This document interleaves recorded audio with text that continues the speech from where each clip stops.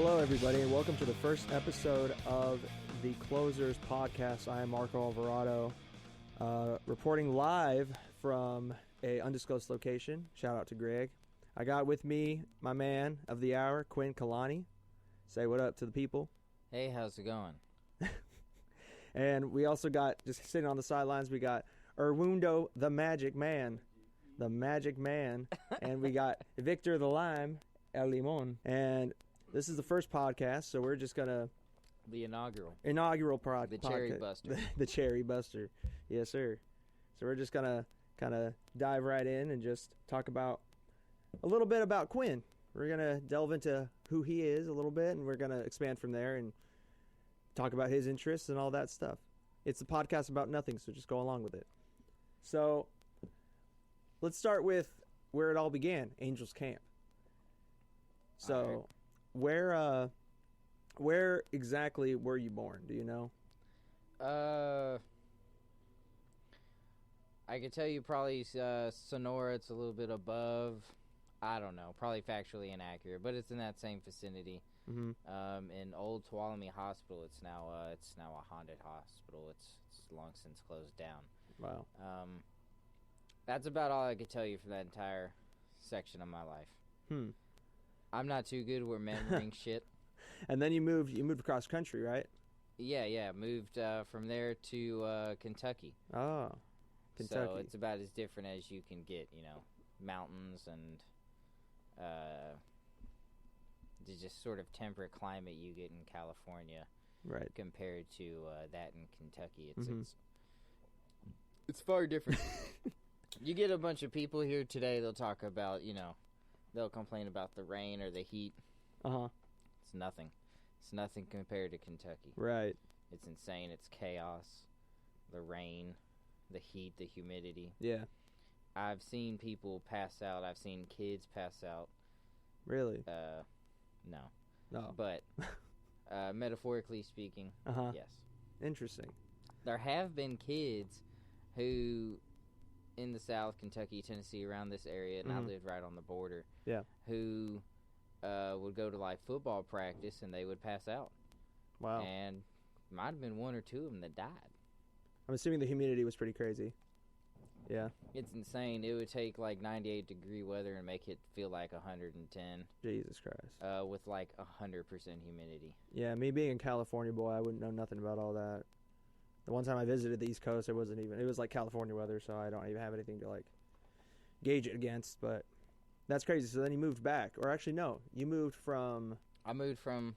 Kentucky to where? From about first grade to about 3 months after my high school graduation. I lived in Hopkinsville, Kentucky.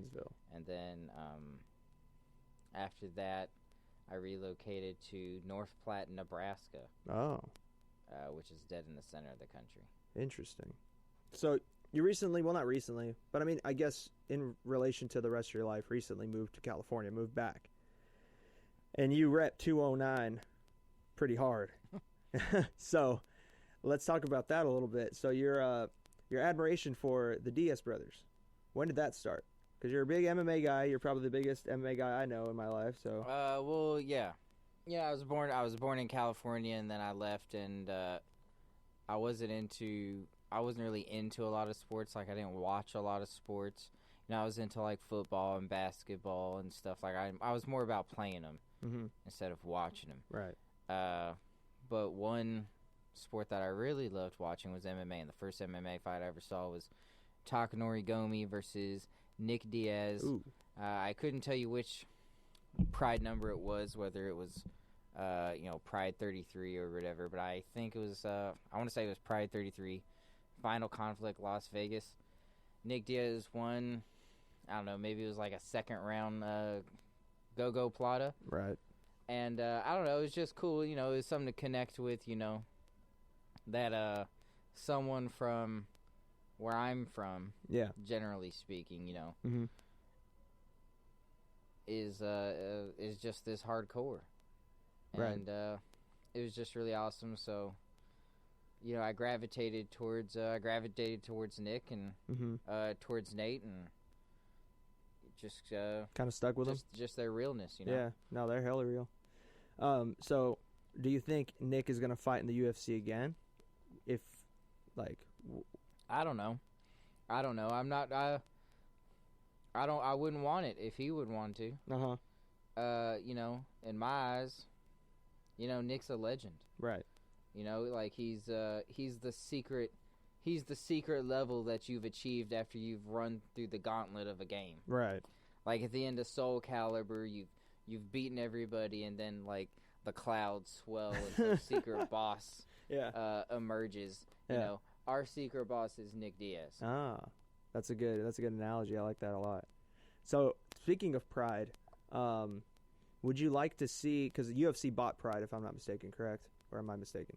Long time ago. Would you like to see some incarnation of Pride as like maybe more of a lower, like lower level, like a promotion for lower level fighters to get their feet off the ground a little bit? Or would you like to see it just kind of be kind of in the annals of history? I think what you're kind of talking about is maybe you're asking me if I would like to see, you know, a wider market. Yeah, generally, basically, of MMA, not so much a UFC driven market. Yeah, and I think right now that's starting to develop more so in a long time. You know, Demetrius Johnson, you know, who I believe is, you know, maybe even the greatest of all time. You know, for me, interesting. Mighty Mouse. You know, Mighty Mouse is right up there. He's no longer with the UFC. He's with One. Yeah. And so are tons of great guys. Right. Eddie Alvarez just lost to this dude, Timothy. It sounds like Matsukin. I'm sure I butchered it. No, it's fine. You know, there's also Ryzen. I've never heard of Kyoji Ryzen. Horiguchi. You know, tons of great fighters. Right. Bellator. Bellator's still there. You know, if Scott Coker is probably one of the most unsung peoples in MMA. He's just constantly looked over. Right. Just because it is such a UFC-driven market, but his contribution, you know, he deserves like his own. You could write, if there's an MMA history book, like a legit history book, like a textbook. Yeah. Scott Coker would have 300 pages. Wow. Out of 1,000. That's a lot of pages. It's a lot of pages. So let's talk about your major. You're in school, or you have been in school for a while, and you have for a while decided on your major as being film, correct? Yeah. What made you decide on that? Well, it was more just like a full realization, you know, and going back to what we kind of fumbled through earlier. Right. You know, when we were kind of detailing me moving across the country back and forth, so what, right, and whatnot. I was always interested in storytelling. I remember at a really early age, probably one of my first memories writing. I'd write like 3-4 page stories to try to impress girls in my 4th, 5th grade class. Oh wow! Were any know. of them impressed? No. Oh.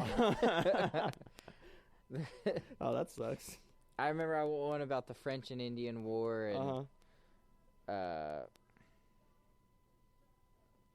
trigger warning. Okay. All right, trigger warning. White girls get kidnapped. Oh. By Native Americans, and you know, cowboys got to get them back. Oh, okay. I was in the 4th grade. I was, you know, foolishly educated by by who? By American Western cinema. Oh, okay. And you know, when you're that age, it's always cowboys and Indians, and the Indians, you know, they always get the raw end of the deal. Yeah, of course they always do, just like in history, right? Yeah, it sucks. Yeah. But, you know, that's what you think about as a kid. And you think it's cool. You're like, oh, that's sick. Yeah, the Cowboys are prime. Like, you're like, cool. we're going to go rescue these white girls. And that's hella funny. So it started with that. It started with trying to impress people. Yeah. So sprouting from that, it just kind of carried through your life, and you just always kind of gravitated towards wanting to impress people, would you say? Or no, well, I don't know. I mean, kind of, sort of. I don't know. It was more just like a validation of myself that just trying to find my own value. That, you know, I don't want to go through life doing simply what I can do. Right. You know, I've seen a lot of people that can live off that, but they're, you know, that's all they are doing. They're living. I don't want to do that. I don't want to go through life doing what I can do. I want to be able to, you know, do what I want to do. Right. And that's a good goal. I mean, a lot of people, they just kind of like stay refined into their shell, and they don't really want to branch out a whole lot. Like we're talking, one of our mutual friends who is content just staying in a local city that lives by us, and he just wants to live there his whole life. Like he doesn't want to move anywhere. He's already having a family. He's starting a family. And yeah, sure. Like that, right? Is that what you're? Well, I mean, there's tons of things I could do. Like I could, you know, I could be a teacher. Or I could be, you know, a laborer. Right. I could do a bunch of things and, you know, be content. You know, but I don't want to be content. Yeah, I want to, you know, I want to be able to, you know, kick my feet back and, you know, eat grapes. Yeah. Oh, grapes. Specifically grapes, or just any fruit. Lodi grapes. Lodi grapes. Ah, good grapes. Repping the NorCal. I see. Oh yeah, you know, any chance we can any chance we can plug it. Yeah, any chance we can plug the NorCal, yeah, you do it. So, the speaking of films, what are your top 5 most influential films? Not necessarily your favorite films, but the ones that have influenced you the most as a film major. What would you say influenced me the most? Yeah, like your style, how you perceive film, view images. I have no idea. Really? I mean, well, let me think about. Well, all right, let me just rattle off 5. Because there's the obvious choices. There's like, you know, fucking Star Wars. Well, yeah, okay. I mean, there's obvious choices, but like personal ones, I guess. Well, I mean, you know, most of my filmmaking experience is mainly, you know, on a production side. Anything, you know, has been contained to school. You know. When I was younger, I made, you know, movies with my friends at the Pittman Farm. Ooh, shout out which Pittman. is the Valhalla in Christian County. Oh. If you are so worthy, may you be invited. But few are. But, yeah, you know, I used to make small with my good friends at the Pittman Farm, and we used to make right. short films and stuff. But... You know, I really love the writing aspect to it. I find that's the most freeing part. That's kind of what I really get into. So as far as things that influence me, from a production aspect, you know, I'll see the shots, you know, frames or stuff where I'm like, oh, holy fuck, that's amazing. Yeah. But, you know, it doesn't necessarily influence me. I try not to let anything influence me. Oh. Because... How edgy? Well, not edgy. It's just... You know, it's such a, like, no one... two kinds of people get into film majoring. Right. Stoners who just, like, are just like, this is an easy class. True. I know a lot of those people. I'm going to breeze through it. Yeah. You know, we're going to watch movies. We're going to talk about movies. I can show up high and I'm good. Yeah. It's all good.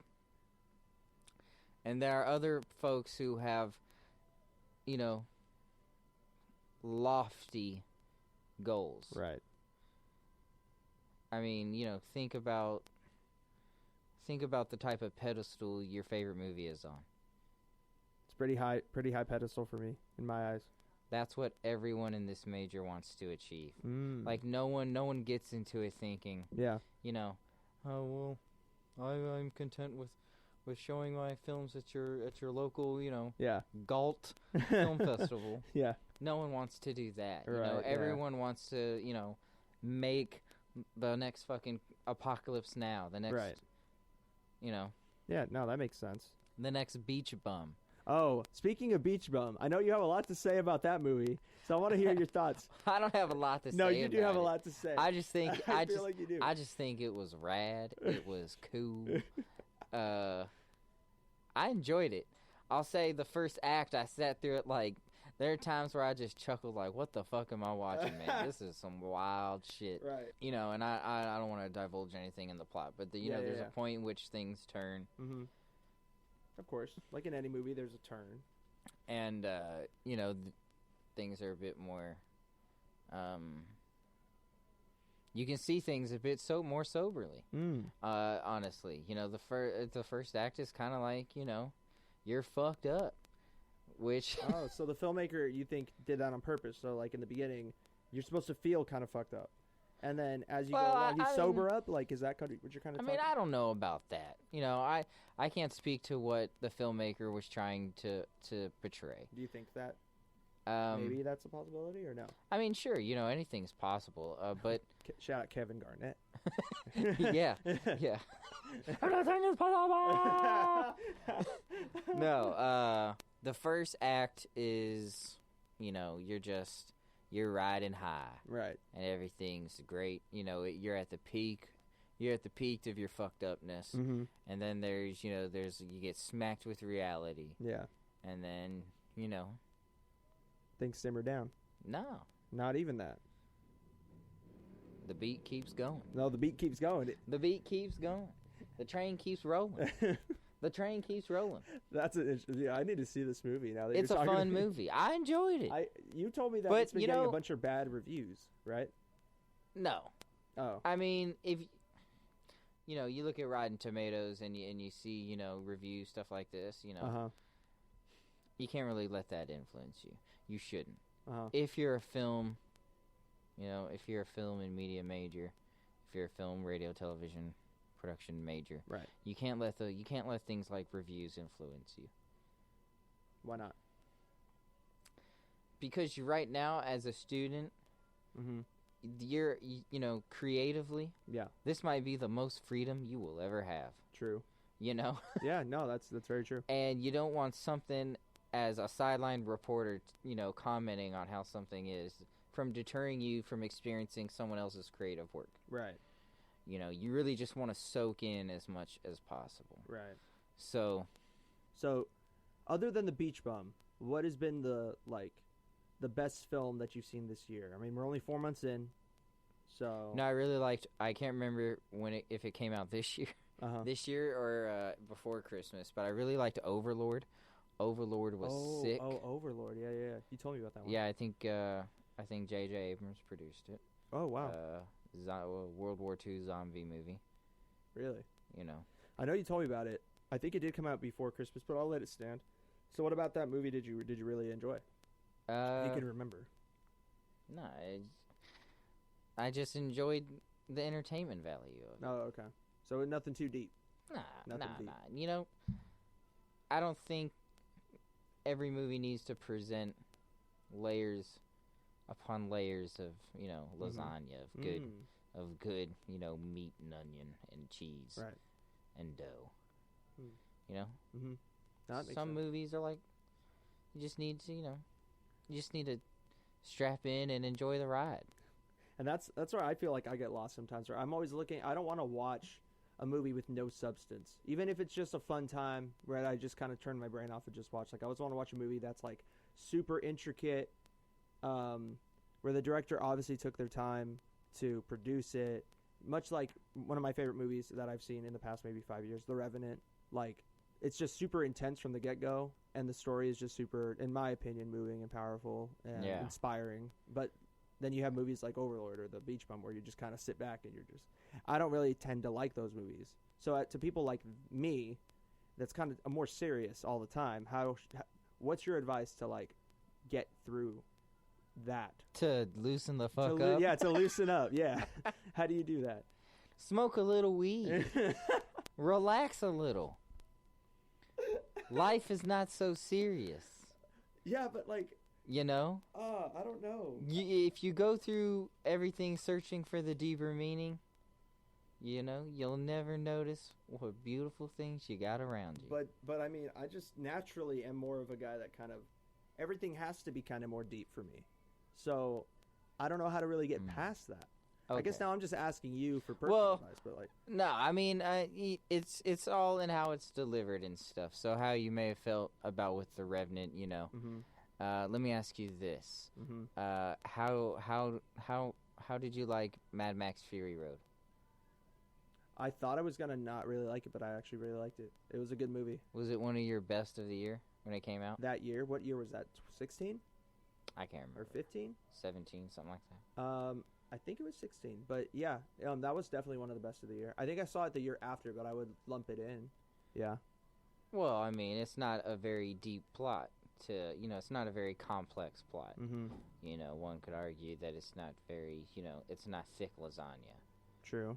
The plot, but the cinematography. I mean. Yeah. There's ways to compensate. I'm a cinematography fiend, so like. Sure. I mean, I am. No, I mean that would make sense. That would make sense why you love The Revenant. Yeah. Which is beautifully shot. Oh, thank you. Big ups to my man Inaritu. Yeah. Like, what do you tend to kind of focus on more in a film? Like, are you more cinematography? Like, you look for cinematography. You look more for plot. You look more for dialogue. Well, I know. I mean, I look for certain things in different genres. If I'm going to see, you expect certain things in different genres. What's great is when those expectations are subverted, or when they are, met with extra guac. Right. Ooh, extra guac. You know what I'm saying? No, I know exactly what you're saying. So something. Yeah, like a common trope you might see in a movie. Right. That is suddenly reversed. Or upended. Right. What would be an example of that? Can you think of one or not really? Because I'm trying to think of one personally. I mean, would you say, not to get, because I know that this can get a little politically charged when you bring up this specific trope, but the damsel in distress. Sure. Okay. Yeah, that's a good.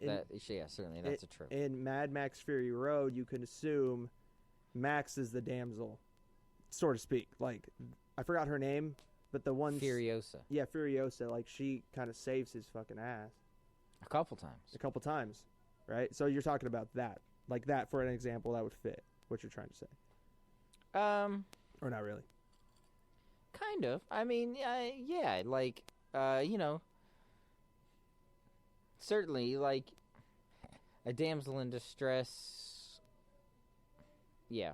Mm-hmm. I mean, she's certainly a strong female character who can excel. Yeah. Certain things, I don't know. But, yeah, I can't explain it. But, yeah, that's a good one. So have you produced any films, or have you, like, created anything or writing anything in the process of it right now, or not really? Just more so ideas? Well, I'm always jotting down, stuff. Right. It's not something that I want to, it's not something narratively that I would divulge. Okay. Yeah, you don't have to talk about it. Of course, it's your ideas. Anything you could share, and maybe something to, like, stir the pot a little bit, something to get us excited? Because I want to be excited. Yeah, no. No? No. Wow. Okay. No. Well, maybe something that could get you a little excited. Hawaii. Let's talk about that for a little bit. So, you are Hawaiian. You are, right, Polynesian descent. You're very proud of your heritage. So, you are planning to go to University of Hawaii for film, correct? Yeah, I've been accepted into the University of Hawaii. That's awesome. That's a congratulations. Thank you. Officially congratulated. It's pretty sick. Yeah, that is awesome. And have you visited the campus before? No. No. Okay. Do you have, like, obviously you want to get a degree out of your time over there, but other than that, what would you kind of desire from your experience out in the island?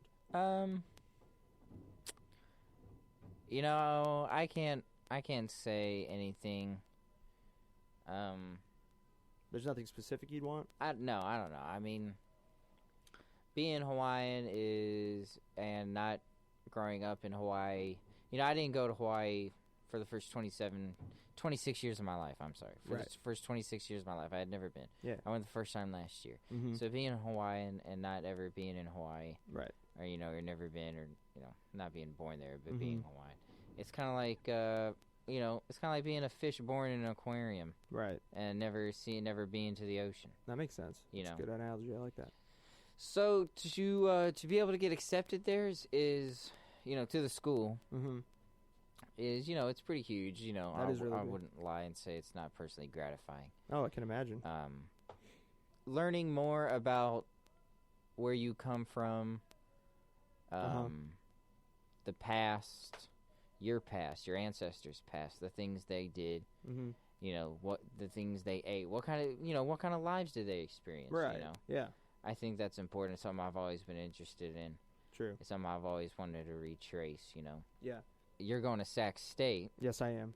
How are you fall. excited about that? I Stingers Stingers out. Stingers up. No, Oh, Stingers Stingers out. out. Yeah, it's Stingers out. Arizona's fucking goddamn it. Yeah. See, that just goes to show you how excited I am. I don't even know anything about the school. That's all right. It's the local school. That's where kind of almost everyone I know has gone. Are you gonna rush? No, I'm not gonna rush. Why aren't you gonna rush? Because there have been many claims against the fraternities at Sac State that I do not agree with. I forgot the name of the specific one, but there was one on the front of the New York Post that we personally are attached to here at the store. We personally have some relations with that fraternity that we are not the most proud of. But it's a brotherhood. It's a brother. Yeah, totally. It's a brotherhood. But no, I'm not gonna rush. I just want to get my degree and get out. You got to. I'm not gonna. You got to. You want the full experience. No, I don't. Could you not experience it with 4 other guys? No, I can't.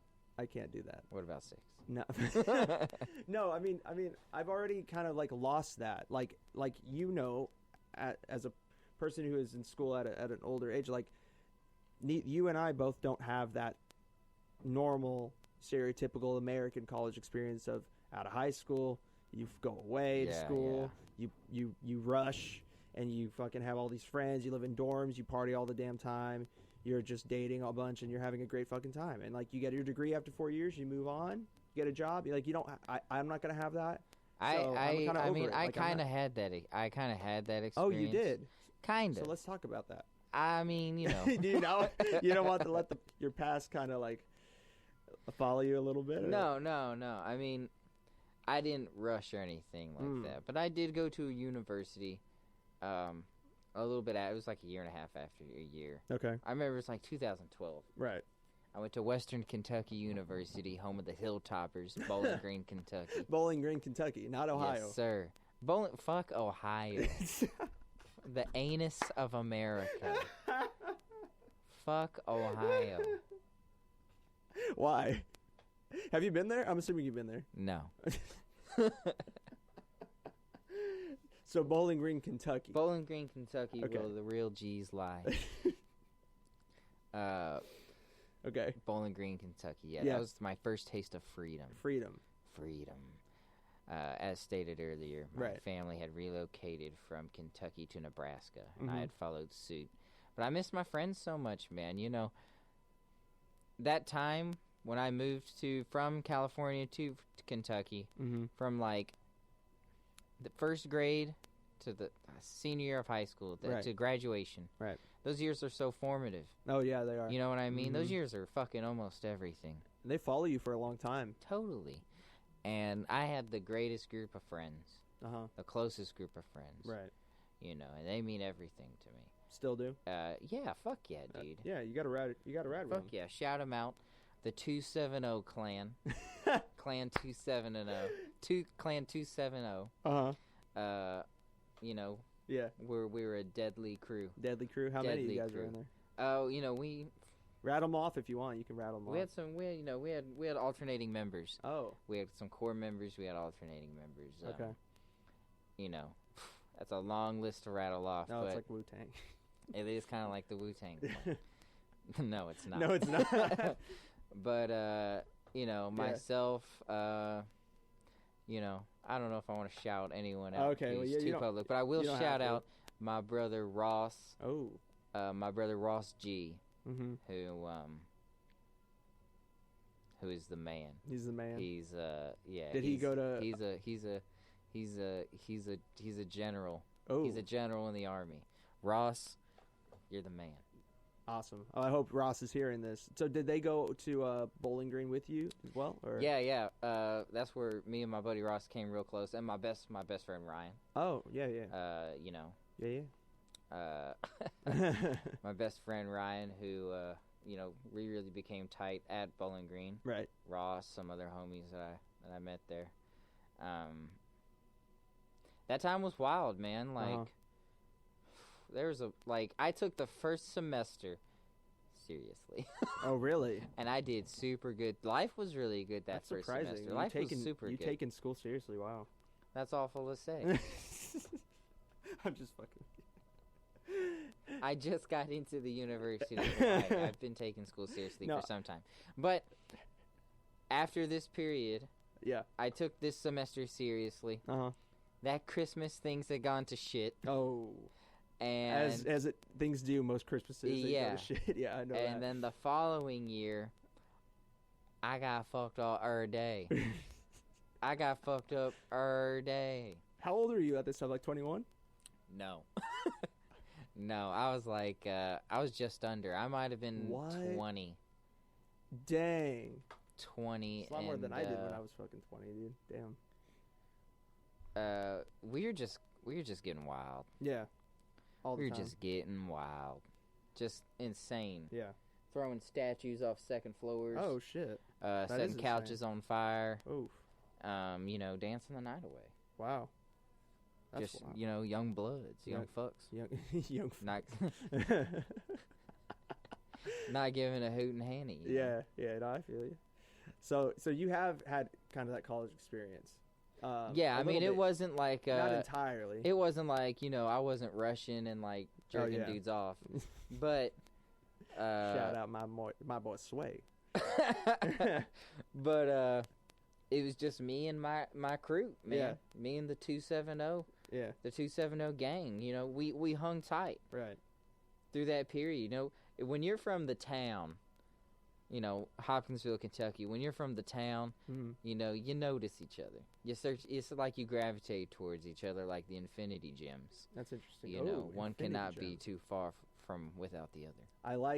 You just set me up for a perfect transition. I can see you're trying to gravitate towards something, and that, I think, is the MCU.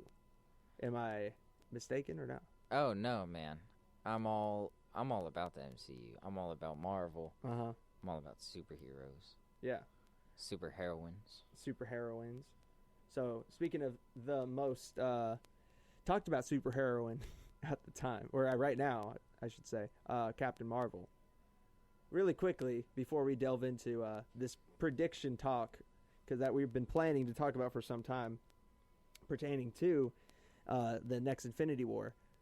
What did you think of Captain Marvel? Man, and you know what I think about it. Brie Larson's a babe, and that covered up a lot of holes in the plot and a lot of holes in the MCU narrative overall that movie kind of shot in their respective boat. So, what do you think? Well, all right. I think going in, I tried my best to avoid any of the negativity that was being stirred by some fucking assholes on the internet about this movie. Right. I didn't buy into any of it. Yeah, me either. I think that's all horseshit. Right. Fuck them. Yeah. I went and saw Captain Marvel. And I wanted to see it 2 times. I always try to see, movies that twice matter to me twice. Right. I wanted to see it twice. I actually only ended up seeing it once. It's not still in theaters? No, it is. Oh, okay. I should probably go see it again. But, it didn't, blow me away. It reminded me a lot of the first Avenger with Captain America First Avenger. Oh, okay, yeah. It was... It felt like the prologue for Infinity War. I think of these movies like chapters in a book now. Right. And we are at the final chapter of Book 1, Avengers Endgame. Right. And Captain Marvel was just like the chapter before this one. You know what I'm saying? Yeah. When really, actually, it was probably the chapter before Avengers Infinity War, if we're thinking chronologically, timeline-wise. Or actually, it'd be way in the fucking beginning, and we wouldn't have heard anything about her, and now she'd be back at the end. Yeah, it'd be right after Captain America The first Avenger. America. Yeah, the first Yeah, Avenger. it'd be Captain America First Avenger, then Captain Marvel, yeah, and then Iron Man. mm-hmm. Yeah, that would be the chronological order. Yeah, and it just kind of so taking the chronologicality, I don't know if that's a word, but taking that into account, did you like it, or did you not like it? I mean, my first thoughts about it were like, it just didn't resonate. It just didn't hit me as really? Man, I just felt like it could have been so much fucking more cooler. Mm-hmm. How Fury lost his eye was.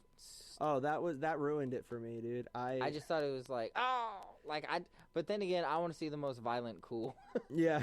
I want to see the most Mortal Kombat-esque ways. That's why what I thought anything ever happen. happens to anybody. Yeah. Which says enough about myself. I guess, yeah. Sure. I don't know, man. Carol Danvers, I was never really into her as the comic book character. Mm-hmm. Yeah.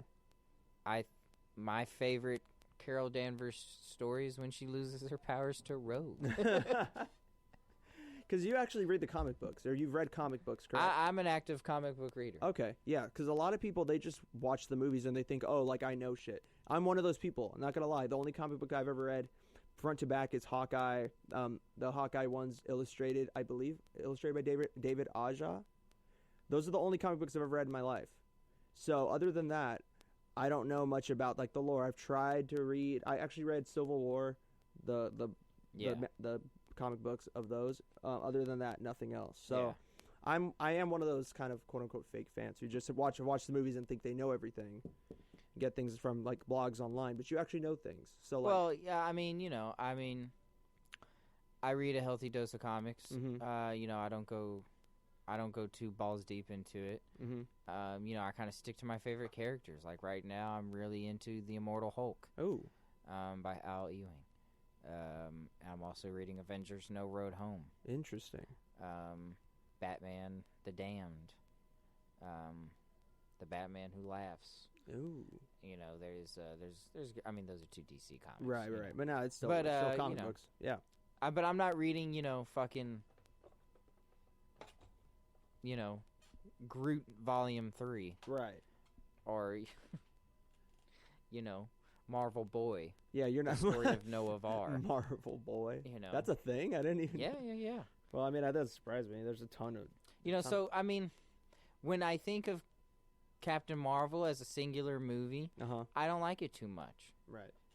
It just doesn't, I just don't leave, wow. There's no standout sequences. There are no moments where I'm just oh, fuck. You remember when Thor enters the Wakandan battlefield? Oh, in the first Infinity War, yeah, right? Yeah. Where you're just oh, here we go. And then he jumps up in the air and he brings down the axe. Yeah. You're oh, yeah. Mm-hmm. You know what I'm saying? There's none of that. There's none of that. There's the fight scenes were super weak. They were super weak in that movie.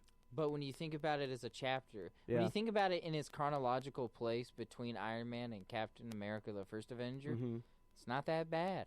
Yeah. True. You know what I'm saying? Uh-huh. But when I think about it, alone, I'm just not that into it. It just raises questions for the Tesseract, right?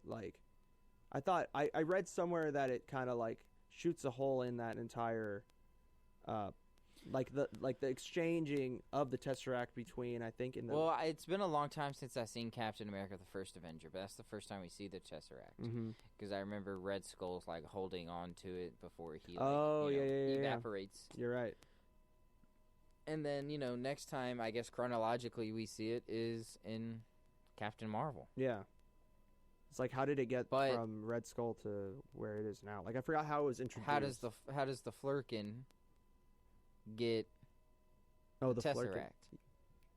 The Flurkin? Which is Goose the cat. Yeah, Goose the cat, yeah. So how does Goose the cat get the Tesseract from where it was left off in Captain America: First Avenger? Because I thought Goose because the cat... in the first Avengers movie, Nick Fury has the Tesseract, which would make sense because he has Goose at the end of Captain Marvel. Right. Because they're doing experiments on the Tesseract. That's when Loki comes in through the portal made by the Tesseract. Yeah. But, yeah, how does Goose get it? I need to rewatch. I guess we need to rewatch Captain America: The First Avenger. Yeah, we do. Does I thought Goose ate it in the movie, or did he cough it up? Well, I can't remember where it came. Like, who had the Tesseract at the beginning of Captain Marvel? Wait, was it the engine used by the Kree warship? I can't remember. Oh, it was. I'm pretty sure it was. So the actual Marvel, who was played by Annette Marvel. Bening. Yeah, Marvel had it and used it as the power source for her. Yeah. So how did it go from Red Skull to Annette Bening? I can't remember. That's a good point. I mean, I don't know. Yeah, it's kind of weird. That's the thing. That's why I didn't like it. None of it really made sense. Suspension of belief. Yeah, exactly. You have to suspend all of your belief. Well, yeah, when you're talking about, superheroes. Well, yeah, but I mean, when it comes to like common sense storytelling, like, you have to suspend your belief of all of that. Yeah, specifically. Sure. Like, obviously, people can't fly and stuff, but like, I don't know. So, what do you think is going to happen in this upcoming Endgame movie? Because I've been dying to hear your predictions, and you've tossed out a couple. The most beautiful thing about this movie is that I have no idea what happens. Wow. I have hopes. I have ideas. Right. But I have no true, comprehension of what could happen. Mm-hmm. That's the most beautiful thing about it, because you really don't want to know. You know, no one really wants to know. Oh, yeah, no. We want to, go in there and just be like, oh, God. You know what I'm saying? Mm-hmm. So I have no ideas. But if we're to look at, certain things that happen in past movies, mm-hmm. There may be certain clues or something, that certain payoffs that we could maybe see in Endgame. Mm-hmm. So I don't know. Specifically, I want a prediction from you. Concerning which character? Concerning if... Or what? Well, Marvel and Disney just acquired a ton of new... all of Fox's catalog of Marvel heroes. Yeah. Most predominantly the Fantastic Four, the X-Men. Yes. Would you bet that either a member of the X-Men or a member of the Fantastic Four or Deadpool... I don't think Deadpool... I highly doubt Deadpool is going to show up in it, but he could. But do you think one of those new characters that they just acquired, they're going to be introduced in this movie? No. No. I don't think we won't see a Fox-acquired character till at least 2021. Maybe next year. But I don't want to see that. I just want to enjoy the OG6. Right. And their allies. Because it's almost over for him. I want to see, Yeah, no, that makes sense. I mean, and you really, when you think about it, you think about the X-Men. Uh-huh. And, think of the things that have, the Shi'ar Empire. The X-Men have gone into space so many times. Right. Fantastic Four have, ventured into multiverses. They've created multiverses. Yes. They saved multiverses. Yes. Their story is such a science fictional one. And fought Moleman. Yeah. So, I don't think we're going to see that. I think the MCU, mm-hmm. the actual universe needs to actually grow. Technology also needs to grow. Right. What does Earth look like with a retired Iron Man? What does Iron Man do with, his technology now that he's no longer an Avenger? Right. When does Earth start to, space travel? Yeah. Do you think that after Endgame that we might see a chronological jump into the future, maybe like 30 years or so, and then they can kind of use that and kind of, take creative liberties with the technology that Earth has now, and then kind of be able to No. actually make stories more based around space? No, you don't think they're gonna do that? I don't think they're gonna be a time jump. I think they're honestly just gonna take their time. I mean, let's think about this. Okay. The first movie we have confirmed after Endgame is Spider-Man: Far From Home. Yes. Spider-Man is one of the top 5 most popular, recognized superheroes of all time.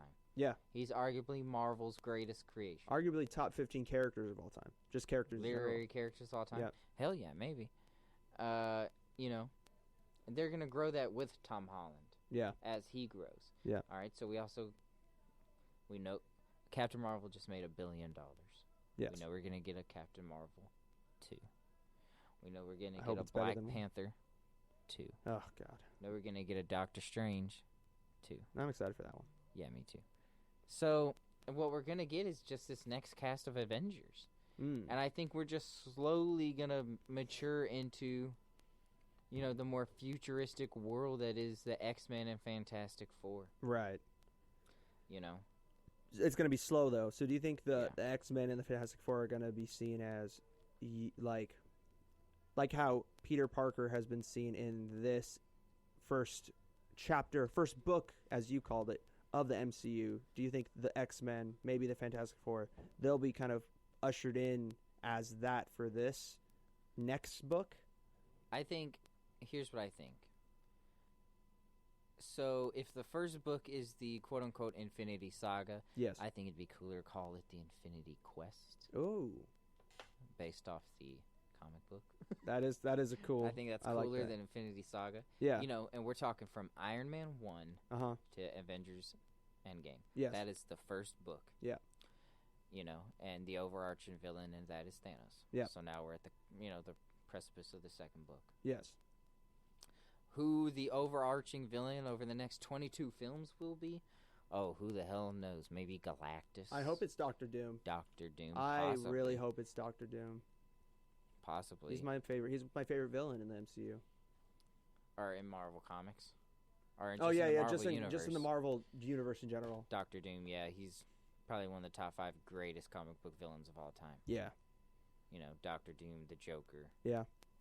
I just want to see him actually me, done justice. Finally. They just goof him up every time. Well, the MCU follows closely to Jonathan Hickman's run, the Avengers run, and his sort of, look on the Marvel universe. Okay. And I think by the time we get to the Fantastic Four, when we get to the X-Men, the world will have matured into something much different. Kind of like a dystopian Star Trek. Oh. Like, Star Trek, Earth is like, a utopia. Yeah. Not this Earth. Oh. This would be, if Earth was like just to shit. Yeah, it's just hella bad. Yeah, dude, there's nothing. The X-Men universe. It's like Ready Gamer 1. The X-Men universe is such like a kind of a shit universe, man. Like everyone shits on the mutants. They're like, "Get out of here, mutant." Oh yeah. Get out of here, mutie. Yeah, they're super bigoted. Racist. Yeah. Bigoted towards they're the they're mutants. super racist, Yeah. which I mean, powerful themes. But sure, especially for the time that they were written. You also have giant sentinels, these giant fucking Iron Men, essentially. Oh. Blasting down lasers at like Wolverine and Cyclops and Jean Grey. Yeah. Like at the way the world is right now, because it's hyper realistic. Yeah. Can't have that. No, you can't. Can't have that. So we at least gotta wait like 10 years. Now we know Avengers. There might be a time jump within Avengers Endgame of a couple years. So maybe kind of they speed do it up that a to little bit. expedite that. And I think they'll take their time with. It's a good idea. I hope they do. I think Tom Holland will be the measure. He's kind of like the time. He's the clock. He has the clock. He's the clock of the MCU. Yeah. As the more Tom Holland grows, the more we'll be able to, pinpoint timeline. I really hope that Points because in the how many movies does he have in his contract with the MCU? Oh, I have no idea, but I mean, he debuted in Civil War. There's 1. Spider-Man: Homecoming 2. Infinity War. Infinity War 3. And then Endgame Far 4. And then Far From Home 5. 5. I'm assuming there's 10. There has to be 10. I don't know. I mean, Let me maybe look it he up did. right now. Maybe he did like 3 for Sony, 3 for Marvel. 3 for Sony. Yeah. Like, so I thought No, well, because Far From Home and Homecoming are like joint produced by Marvel. Oh, and and Sony. Sony. Okay. Yeah. But they're in the MCU. They're considered Yeah. part of the MCU. And then Infinity War and Endgame obviously Are are strictly MCU. Yeah. Okay, that makes sense. Let's see. Tom Holland contract. I mean, I don't know. There's so many things to consider with Endgame. Like, it's chaos in my brain. No, it's signals crazy. erupting and wall jamming and Yeah. metaphors that lead nowhere. And No, that makes sense. I'm looking up this contract specifically because I want to know if we will see Tom Holland grow with Spider-Man, or if they're going to just write him out eventually, or if he's going to grow to be like a 35-year-old and then pass it on to Miles Morales or something like that. Let me put it to you this way. Uh-huh. I think Tom Holland will leave the MCU much like Peter Parker passing the torch to Miles Morales. I think by the time X-Men is like in full swing, when there's more X-Men movies than Avengers movies, Right. Yeah. Miles Morales will be the Spider-Man that like your kid will grow up with. Your kid is gonna grow up with a cinematic MCU version of Miles Morales, and that's gonna be fucking rad. Think about Interesting. that. Think about that. Very interesting. And like a Kamala Khan Ms. Marvel. Ooh, that'd be prime. So it's looking like the actor has revealed that he has signed on to play Peter Parker for 6 Marvel movies. Specifically 6. So he has like two left on his He has contract. 2 left. One for Marvel, one for Sony. That's kind of sus. I don't like that. Like I'm sure they'll renegotiate. I really hope that they add him onto more. They've got to. They're of course they're going to renegotiate. Tom Holland's too big for Marvel. I mean, I'm not saying Tom Holland, but Spider-Man. Spider-Man. But I got to be honest, I associate Tom Holland as Spider-Man. He's my favorite Spider-Man. Like he's my favorite too, but there's going to be a big point of a disagreement. Oh, I know. No, okay. I'm ready for it. Spider-Man, Sam Raimi is a fucking classic. It's so bad. It's so bad. It's a classic. No. It is a fucking classic. Oh, Jesus Christ. It's so fucking bad. Time to die, Spider-Man. No. Dude, Willem I'm a bit of a scientist myself.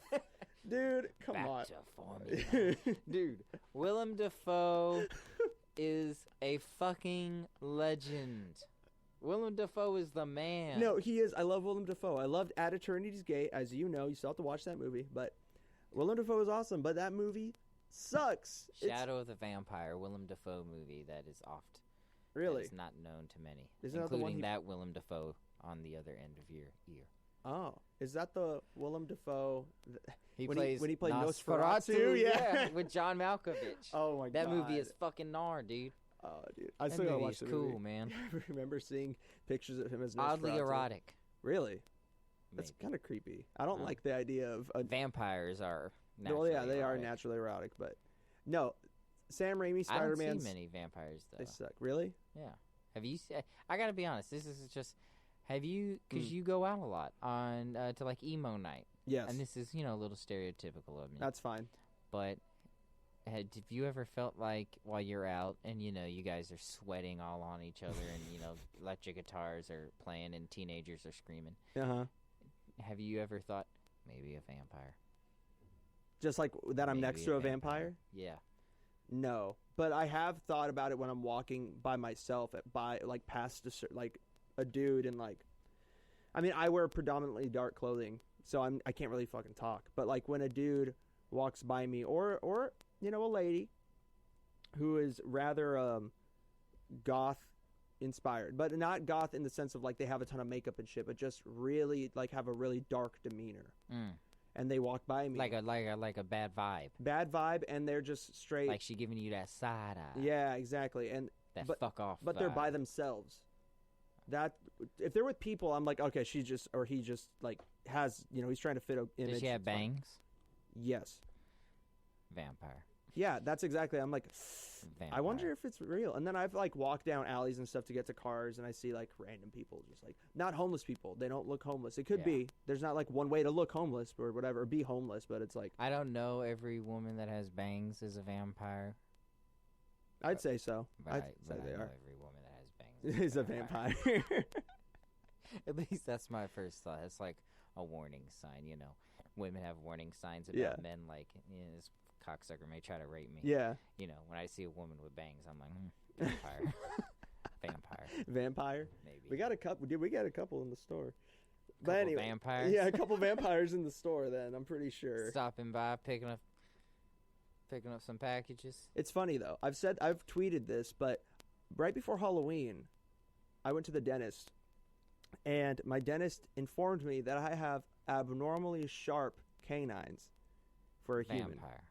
So, I don't know. I kind of am a vampire. I haven't ever sucked blood, but... Just dick.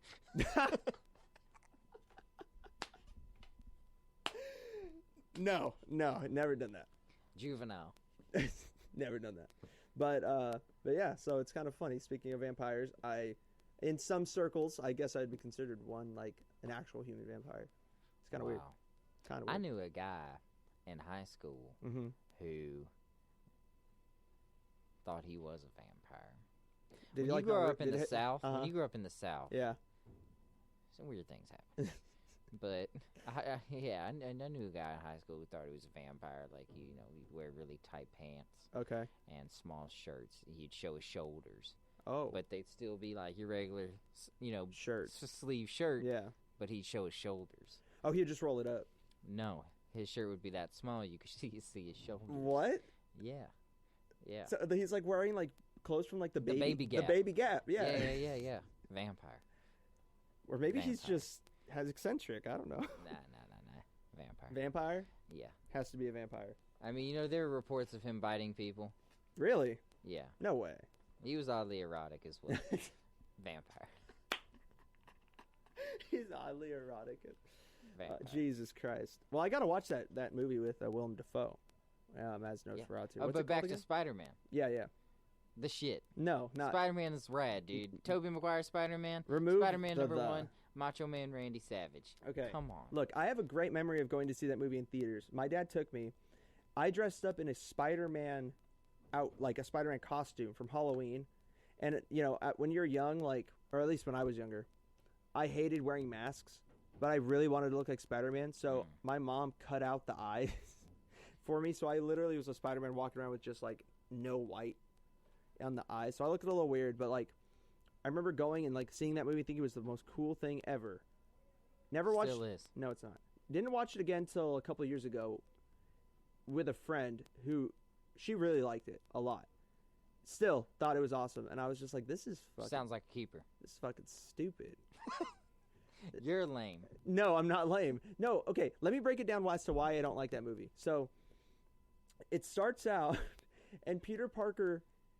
Okay, Peter Parker's supposed to be like a nerd and everything like that, but he's just a straight bitch. What? He's a straight dork. Like Peter Parker at least is somewhat suave and like not suave, but at least he has some game. This fool has no game. That's exactly how Peter Parker is, man. No, he's not. Peter Parker starts off as a loser. He's a nerd. No one ever notices him. That's how he starts off. That's true Peter Parker. That is true Peter Parker is the ultimate nerd. Tobey Maguire nailed the Peter Parker. But the thing is, when he's Spider-Man, he's just Peter Parker in a suit. He's not fucking Spider-Man. I've heard that point before. And the whole first movie basically is just a montage after he fights Macho Man Randy Savage. From that point on, it's basically a really sped up movie. The pace is horrible. What? What do you mean, what? When was the last time you seen it? It's been maybe a year. It goes so fast. It goes from that... Because you're having so much fun. No. It goes from that to back to formula. It goes from that to That's early in the movie. No, it's not. Yeah, it's like back to formula. That's like in... Dude, that's like in the first 20 well then minutes. I see my mistake. See, these things blend together because I don't pay too much attention to bad movies, but like it goes from that to the Green Goblin like just flying out from like the fucking and when they have that big they float have parade. Mary J. Blige. Hang on, MJ. The only thing I really hate about that original the OG Spider-Man trilogy is how often Spider-Man takes off his mask. Yeah. Or loses his mask. Yeah. Like, come on. I must admit, it has one of the most iconic moments in cinema history, in my opinion, with the upside down kiss. Oh wow, that was your favorite part. Not my favorite part, but the most iconic part. My favorite part of the movie was when it ended. Personally. You want to know who I am? Yeah, Mary Jane is the biggest bitch ever in that movie. MJ? Yeah. Fuck MJ. Dude, no. Okay, she's straight up. I'll say this, Zendaya is an amazing MJ. Yeah, she is. I think she's great. Some people hate her because like, she's not traditional. Yes, NorCal. She's not traditional in the sense of like she's not fucking white, but like who gives a shit? Like she hits the nail on the head, in my opinion. I just hate the dude who plays the bully in Homecoming. Old dude? I know who you're talking about, but you're talking about old dude. Old dude? Yeah, I think so. Penis Parker, that guy. Yeah. The guy. What up, dickhead? Yeah, that guy. Fuck that guy. Why? You don't like that guy? He's not funny. Like, he's not imposing. Like, he doesn't beat him up. He just, like, calls him a penis. Like, I get called that on a daily basis. Like, I'm not there, like, having resentment for the people Flash Thompson. Yeah, Flash Thompson. Yeah, that's who he is. He's Flash. Yeah, Flash. Yeah, he's not. You're thinking about the Flash Thompson from the OG Spider-Man trilogy. That Flash Thompson. That Flash Thompson sucked too, but he's more true to the character. Wow. Let me ask you this: when it comes to comic book iterations of characters, are you a traditionalist? Do you like when Michael B. Jordan played Johnny Storm? Were you like, I don't want black people playing my white superheroes? Or were you like, you know? I thought it could work. I thought Michael B. Jordan. It's more about. I did too. I liked it. Yeah, no, it's more to me. It's more about the. I like Michael B. Jordan. Yeah, Michael B. Jordan's rad, dude. I watched Creed on my flight back to Boston. That's like Creed is sick. Creed's a sick movie. Creed 2, not so sick. Really? No. I haven't seen Creed 2. Creed 2 is the wrong movie. Creed 2 should be Drago 1. Oh, really? Yeah, dude. The story about Drago's son and, you know, Drago losing everything after losing to Rocky and them trying to rebuild themselves up. It's just a more inherently just a better story than what they were trying to tell about Creed and Creed 2. That's At least interesting. I felt that. That's what I felt. Well, other people may have felt differently. Well, I don't want to ruin it for myself, but I have to know, does Rocky have, like, does he get over the cancer? Does he die? I'm assuming he dies. Yeah, he gets over the cancer. Oh, okay. Like, it's one thing I didn't like about it, it's brushed over in one line of dialogue. Oh, really? They're like, I paid for Rocky's cancer. And they're just like, oh. So that's all, and that's it? So that's all good now. That's the whole thing? All right. Jesus. Cool. But yeah, no, I like when franchises take liberties on characters when it makes sense. Not when it doesn't make sense. Like Ghostbusters, when they did that, it didn't make a lot of sense to me. Like, what are you trying? What's the selling? The selling point is that it's an all-woman, all-female cast. Okay. And that to me is just careful. Kind of. I'm being very careful. But when it's done. You said you love Captain Marvel. I do love Captain Marvel. Then fucking be careful. I know. Brie Larson, please don't kill me. But the way that they did Ghostbusters was just very ham-fisted, in my opinion. There wasn't a whole lot of thought thrown into it to me. It felt like a cash grab. But when you have a character like, I don't know, is Mark Ruffalo? He's not. he's not white. Mark Ruffalo is the greatest actor. He's not white, right? Or is he white? Is Mark Ruffalo white? I mean, I think I don't think he Mark is. Ruffalo is like Captain Planet. He doesn't have. He's just blue. No, Mark Ruffalo is just like. He's the embodiment of all hope. Well, I agree. He's the avatar of goodness. But is he white? That's. I don't know about that. I'm trying to think of an example. So like. I don't know. Part of me wants to say Mark Ruffalo's Hawaiian. I feel like, you know what? This is the great thing about this. This is how great Mark Ruffalo is. This is the greatness that is Mark Ruffalo. Any race could claim Mark Ruffalo as their own, and no one would disagree. It's true. That is very true. That is in truth the greatness about Mark Ruffalo. It is very true. And I maintain that Mark Ruffalo is one of the greatest actors working today. Think about his filmography. I would agree. Zodiac. Mm-hmm. Oh, prime movie. Prime. With Iron Man in it. Yeah. Sleeper, The Last Castle. I heard about that movie. It's a good movie. Wind Talkers. Never heard of that movie. That movie's a bit on the ridiculous end. Really? But Mark Ruffalo's in it, and it's pretty cool. What about the one he was just in with about the Catholic Church? Oh, the Boston movie. You're a Boston guy. You're one of those fake Boston guys. I'm not a fake Boston guy. That I just have an affinity for the area. That's another topic for another time. What was that movie? Spotlight. Yeah, Spotlight. We gotta get these guys. Dude, I love how he just says. They got a bait. They're getting away with this. We can't let them. Mark Ruffalo, dude. You can't escape Mark Ruffalo. Dude, you can't fucking escape him. And not to mention, he is the best motherfucking Hulk of all time. Yeah, he is. The Hulk is my favorite comic book character. Mm-hmm. Mark Ruffalo is the greatest. I'm so glad that they recasted Ed Norton for Mark Ruffalo. Very happy about that. That was arguably one of the best recastings of all time, in my opinion, personally. Super fucking solid. Super solid. Yeah. Because Mark Ruffalo sells Bruce Banner so well. He does. Like, that's the thing. You gotta nail Bruce Banner. You do. You know what I'm saying? I feel like the Bruce Banner from the first, what was it? The one from 2002? Incredible Hulk. Oh, with Eric Bana? With Eric Bana. Solid. I think that gets shit on a bit too much. I just think it's because it's... To be honest. I think it's because of the CGI. The CGI hasn't aged well, so, like, people are like, this is shit, you know? This isn't fun. The color of that Hulk was a bit on the sprite side. I hated the scene, or the scenes, of him fighting, like, the dogs? The dogs, and you can't see shit. You're just like, what is going on? You just hear... Yeah. You just hear it. Yeah. I hate that. Yeah. That pissed me off as a kid, because I'm like, I'm trying to watch, like, these crazy fight scenes, and I can't see anything. But the Mark Ruffalo Hulk, man. I just want them to do an actual... The Mark Ruffalo Hulk is the best. I want them to do a second Hulk movie with just Mark Ruffalo. Yes. Directed by Larry David, like we talked about. I've been thinking about... I'll be Tony. Yeah. I've been thinking about this a lot recently. Uh-huh. Just because I love the Hulk so much, man. I love the Hulk. I love Bruce Banner a lot. Yeah. And, you know, Marvel has a model for every movie. You know, Ant-Man was a heist movie. Yes. You know. Guardians of the Galaxy is, you know, space. Space Odyssey kind of movie. Space Odyssey. Yeah. You know, Thor is Shakespearean. Yeah. You know. I would say so.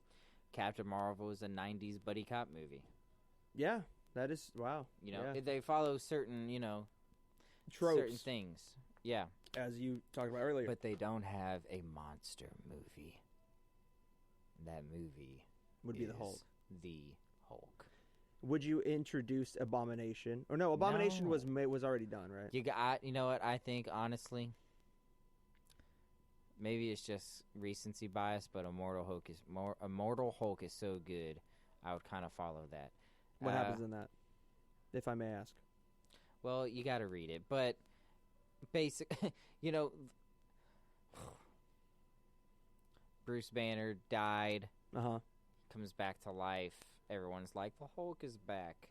There's a reporter, I forget her name, but she's like, you know, trying to track down the Hulk, Bruce Banner. You know, he keeps dying, and then he comes back at night as the Hulk. Oh, wow. So it's like Dr. Jekyll, Mr. Hyde. Kind of. Well, that's the model for Bruce Banner and the Hulk. Yeah. You know, except this Hulk, he's super intelligent. He's like mad intelligent, but he's also, you know, morally super gray.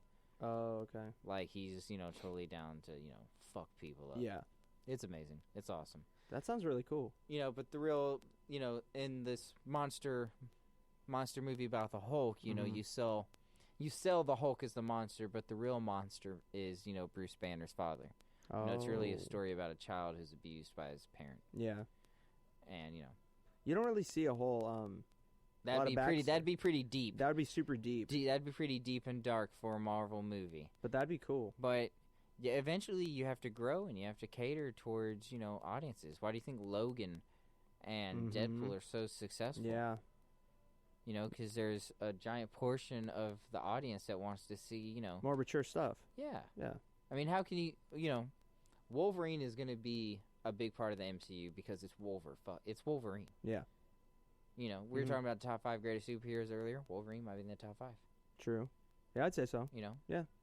Most recognizable for sure. I would say, like, if you were to take a consensus across the country, people would say Batman, Superman, Spider-Man, Wolverine, and then maybe, like, Iron Man. I'd say Cap. Maybe Captain America, yeah. Yeah. But Spider-Man, Wolverine, definitely in there. Yeah. And Wolverine has fucking, like, giant knives in his hand.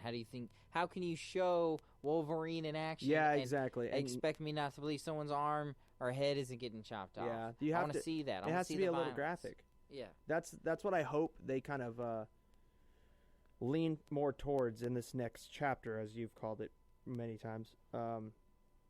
More, I mean, not Infinity War. Endgame is going to be PG-13. Yeah. So I'm hoping that there's a little bit more of that grittiness in this one. Certainly looks like that from the trailers. Yeah. I hope so. The trailers have portrayed a real dark tones, but that's what we want. You know, it is. Before the end, man. It's going to be really fun. It's got to be darkest before the dawn. Speaking of dark tones, the darkest tones, Game of Thrones. Oh, yeah. Starting this Sunday, 2 days from now. We're filming this Friday night. Let's, I don't know if you are up for it. If you're not, it's okay. But if we could get a little recap of what, obviously there's a lot to say, but just from maybe the last couple episodes, where are we right now? Who's where, and what's the situation? In Game of Thrones? In Game of Thrones. Shit. Well, you got 2/3 of the cast converging on Winterfell. Right. And the other third converging on King's Landing. You know, it's kind of cool. You know, I was thinking about this morning, that it's kind of cool that Avengers Endgame and the final season of Game of Thrones are happening, you know, within 7 days of each other. Wild. It's pretty cool that the biggest event cinematically on the big screen of the last 20 years and the biggest show is, you know, of the last 10 years, maybe 20, is ending in possibly. the same, you know. Yeah. That's super big to think about. As far as, you know, characters, here's what you need to know. You need to know Jon Snow and Daenerys are going to Winterfell. Mm-hmm. Most likely, they're probably going to, you know, become a thing. And Sus. certain people, Sus. Bran Taboo. and Sam, Bran and Sam know that Jon and Daenerys are related. Doesn't Tyrion also? The family tree. Tyrion might.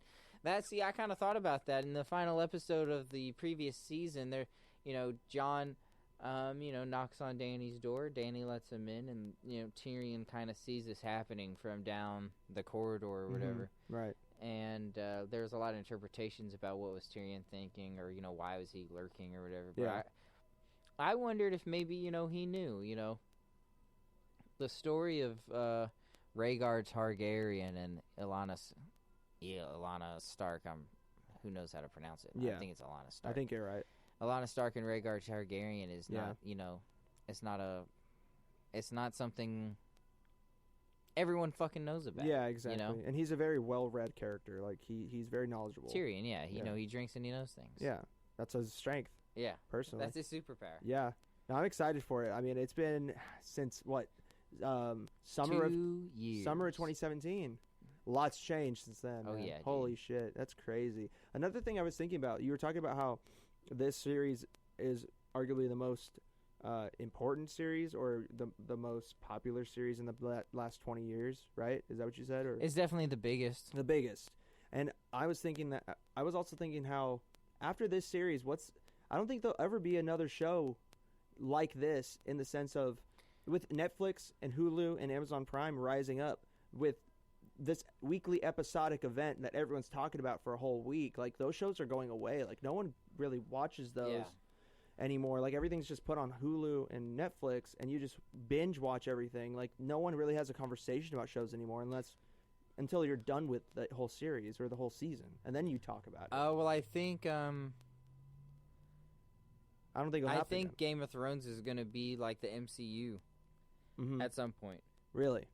You think there'll be movies, or do you think they'll just be like... No, I think it'll just be giant universes. Like, Game of Thrones will be to HBO what the MCU is to Disney. Interesting. Like, and they're actually making another Game of Thrones they are, show. From before. It's a prequel, right? Yeah. Yeah.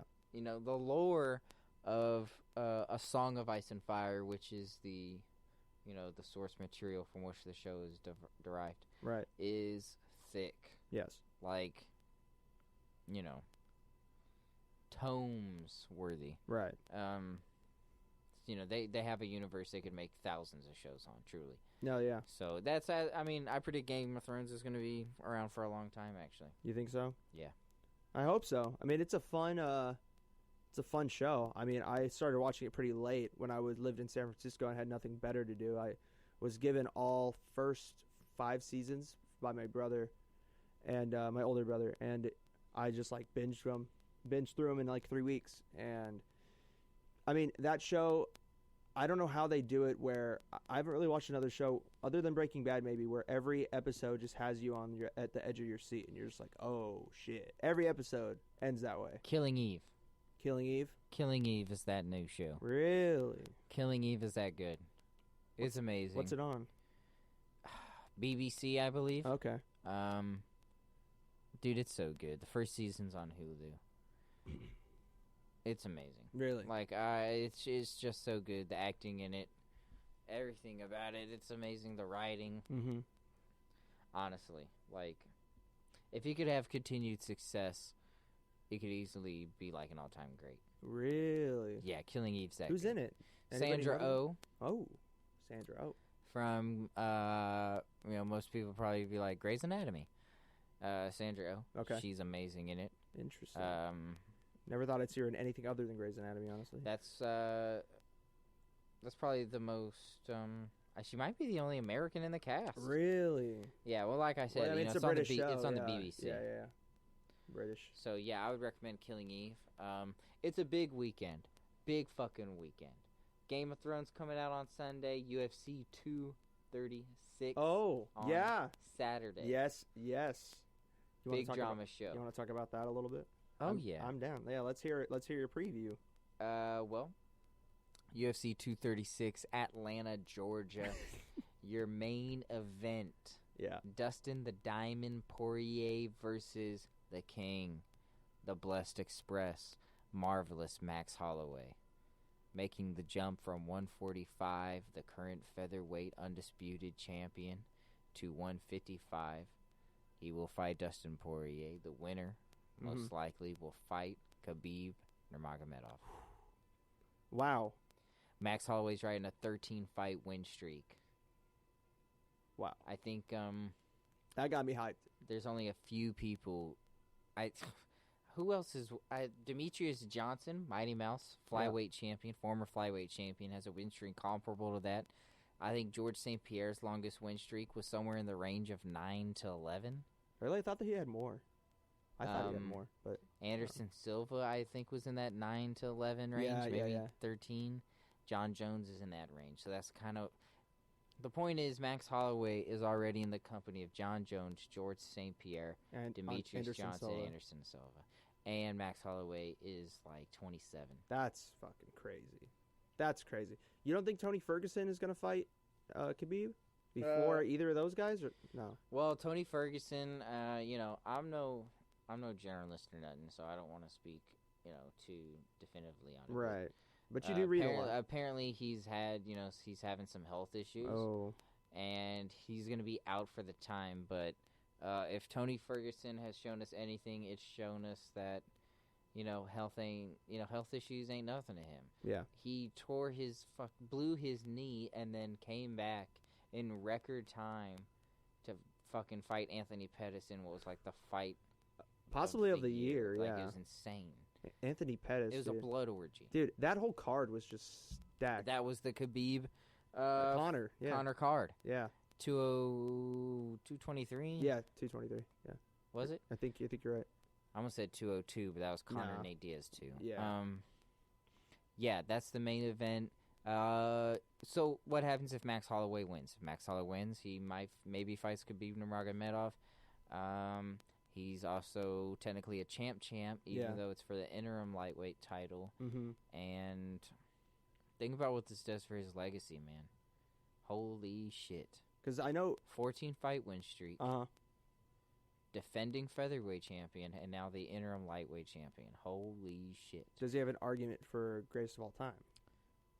If he does it. Not now, obviously, but Well, I mean, this is such a difficult conversation at this time in our sport, man, because it's a difficult time in our sport. Because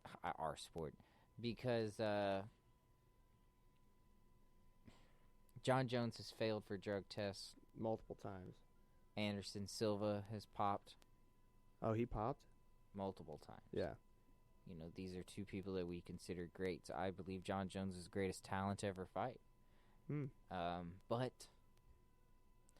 I don't know. It's this weird thing. Like, I'm struggling with it. TJ Dillashaw recently popped for EPO. Oh, yeah, he did. Yeah, I saw that. That's like crazy. that's straight up injectable performance enhancing. You know, That's wild. no one morally. You know, there's an unspoken code of honor that we like associate with sports where we're like, don't you fucking cheat. Yeah, exactly. Like, you bastard. Yeah. You know, it's like playing video games with someone and, you know, you're split screening and you're like, don't look at my screen, but you're looking anyway. Yeah, exactly. And so, you know, we're going to crucify TJ Dillashaw, unfortunately. If you speak as someone born in Angels Camp, he's going to get it rough. You know, Yeah. he got a 2-year ban. 2 years? He's going to be 35 before he comes Oh, no. back. Yeah, dude. That's horrible. But, I mean, so, you know, we think about the greatest of all time. You know, if we're speaking greatest of all time clean, that's done it right, you're thinking, Chuck you know, Liddell. you're thinking George St. Pierre, Demetrius Mighty Mouse Johnson. I'd say GSP. And if Max Holloway wins this Saturday, for me, Max Holloway. Oh, and you can't like exclude Daniel Cormier.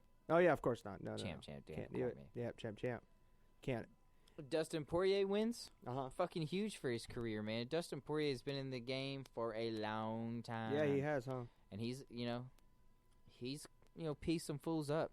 His last 3 fights, all against former champions. Eddie Alvarez pieced him up. Justin Gaethje, World Series fighting champion, pieced him up. Yeah. Anthony Pettis pieced him up. Yeah. Dustin Poirier is a savage with heavy, heavy hands. If he wins and he gets that fight against Khabib, man, Watch pretty out. big for his career. That's going to be a great... I could definitely got to buy that pay-per-view. I almost forgot about it. When is it? Is it tomorrow? Yeah, dude, on ESPN Plus. On ESPN Plus. On ESPN Plus. And if the main event isn't enough to tickle your fancy, then the co-main event, Kelvin Gastelum, Ooh. Mexican-American fighter. Yep. Which, you know, here at the store, Represent. there's so many Mexican-American. We're a Mexican-American We're a Mexican-American workforce, store. Yeah, we are. essentially. We are. Yep. And, you know, I'm trying to get all of my Mexican-American employees into MMA. So, I'm showing them these fighters. Kelvin Gastelum is one of them. Yeah. Kevin Gastelum is real. You know, He's real. Former Ultimate Fighter champion. Yep. He's only lost to like 3 dudes. You know, knocked out Michael Bisping, knocked out Vitor Belfort. Mm-hmm. Kelvin Gastelum, you know, he knocked down Chris Weidman before he lost. Yeah.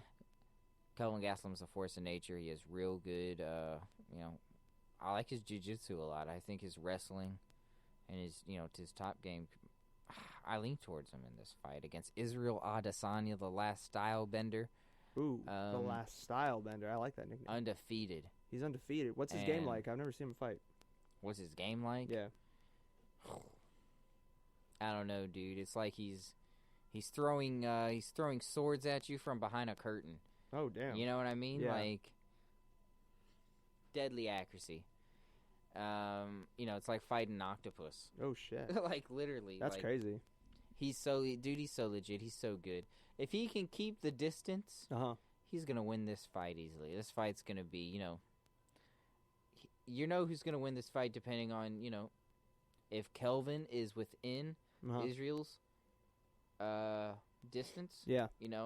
Within the end of his punches, like he's within his arm, within boxing range. Yeah. In tight, in that clinch range where he can make it ugly, make it dirty, Mm-hmm. along the wall. Right. Kelvin Gastelum, I think, has a good chance to win this. If he's not doing that, then I lean toward is Israel Adesanya. That might be the winner sleeper fight. Will fight Robert Whittaker, the Reaper, Bobby Knuckles, Ooh, the undisputed middleweight champion. Interesting. And it's gonna be fucking amazing. Well, I'm glad that the middleweight division is finally looking up. I know it's been dark days for the division for a while, right? Like they haven't had really like marquee guys in that division for a while. Well, right? I mean, like that casual fans would know. Casual fans, fuck those guys. Fuck those guys. Fuck those guys, man. Why? Because they come around with their like opinions, their half-informed opinions, and they're like, "Oh, Conor McGregor is gonna knock out Floyd Mayweather." You were singing that song though. No, I fucking you wasn't. were. You no, were singing. You were singing the. I said it'd be. I said it'd be great if he did, but I knew he wasn't. You were singing that song. No, I said I knew he wasn't, man.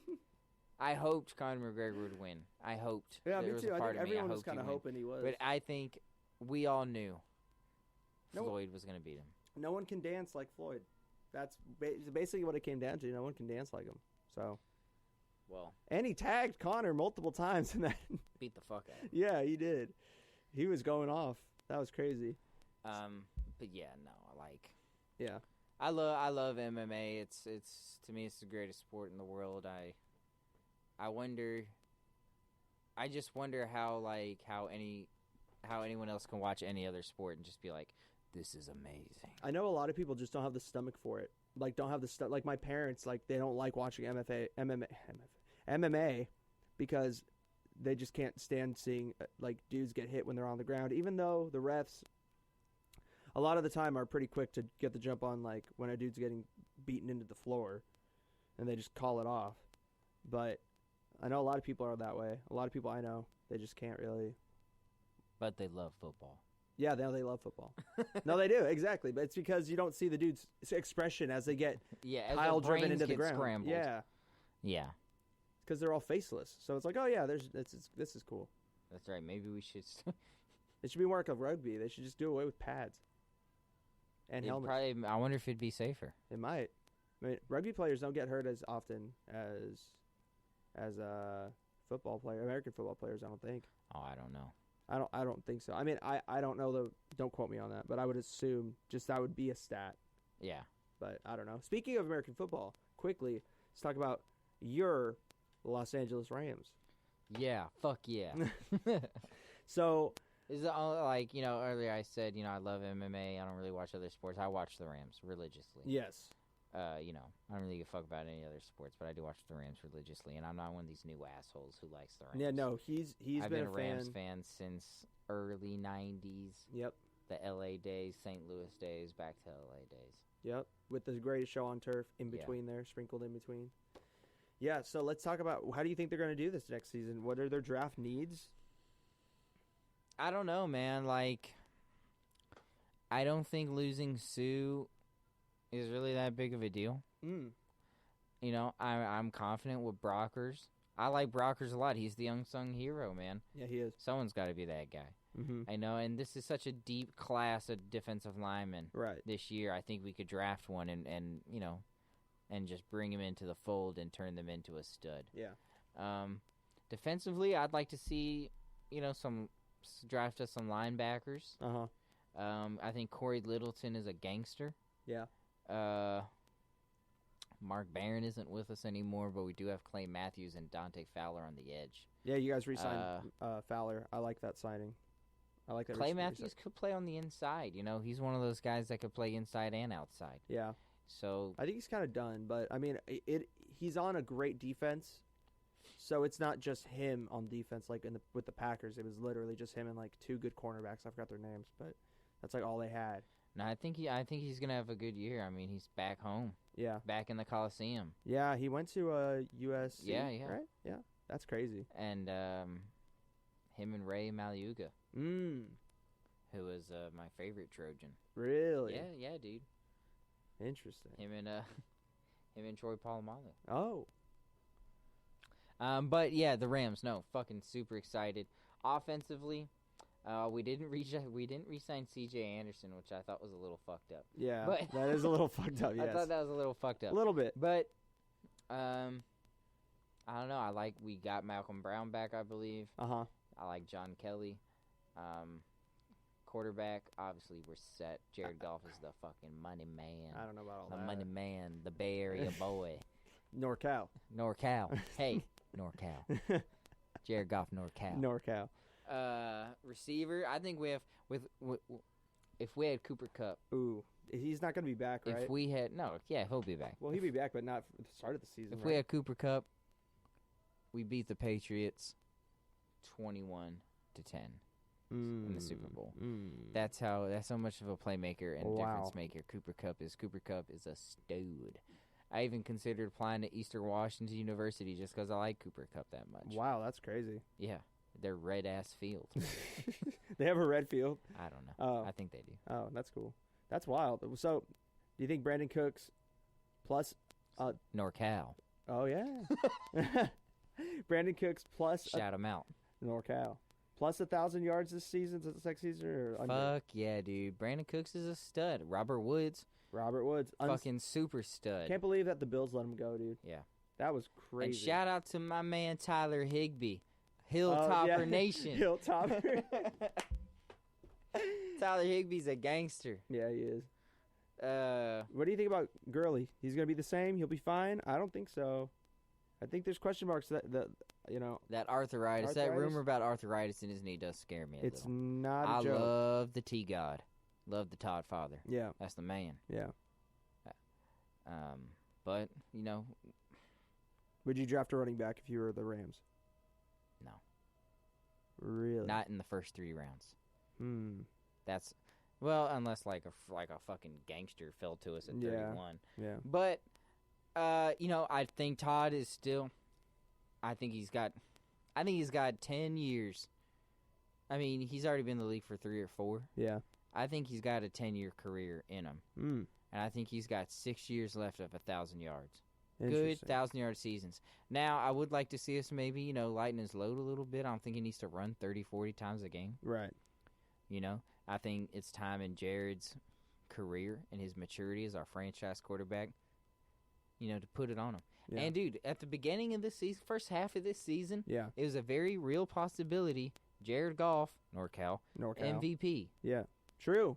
You remember after that Vikings game? Mm-hmm. Dude, when he threw like 500 yards, had the best QBR. I left him on my bench in fantasy. It pissed me the fuck off that week. But, yes, he went off. And then after the Chiefs game, it's like he ran out of his powers.